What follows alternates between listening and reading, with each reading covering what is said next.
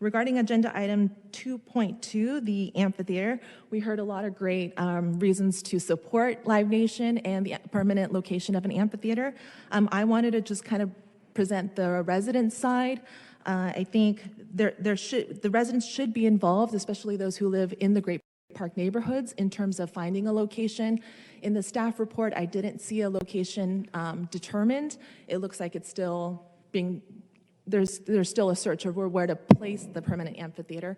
And I think, going forward, it would be great to involve the community in that process, especially because there have been noise complaints over the summer during the concerts season. And I think having a permanent amphitheater in the middle of neighborhoods would require more sound mitigation efforts than perhaps the minimum requirements as usual. So I think that's something the residents would be interested in. So I think providing that information, involving the community, soliciting information would be a great way to move forward in finding not only the permanent location for the amphitheater, but also just in terms of sound mitigation, because that was, I think, perhaps one of the main concerns regarding the temporary amphitheater location. And then I would like to address agenda item 2.1, the Great Park Development Report. I know I've spoken on this in the past months. The last time we received a comprehensive report on many development projects was, I believe, in September 2021. And this month's report is only 2 pages and only covers the visitor center, Livefox demolition project, and the EV charging stations.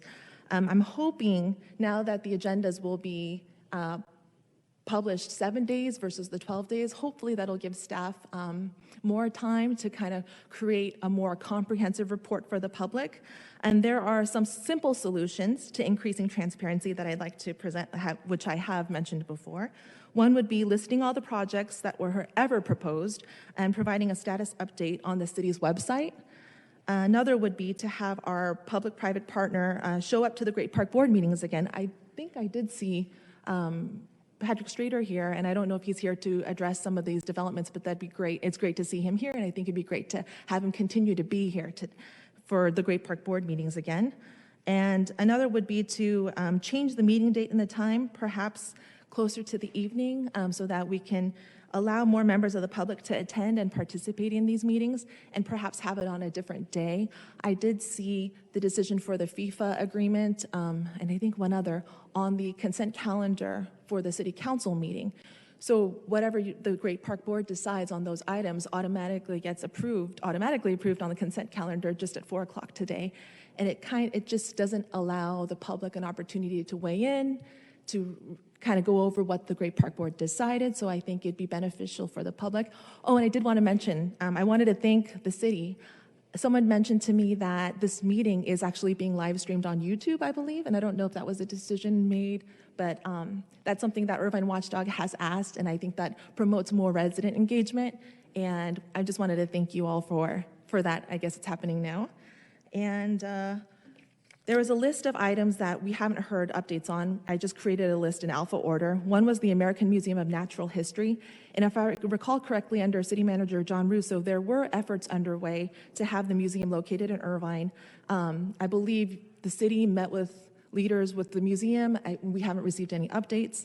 There was an art museum, a BMX pump track, the California Fire Museum, Culture and Trade Center, Equestrian Center, Flying Leatherback Museum, Korean Gardens, a library, Museum of Heritage and Aviation, a Native American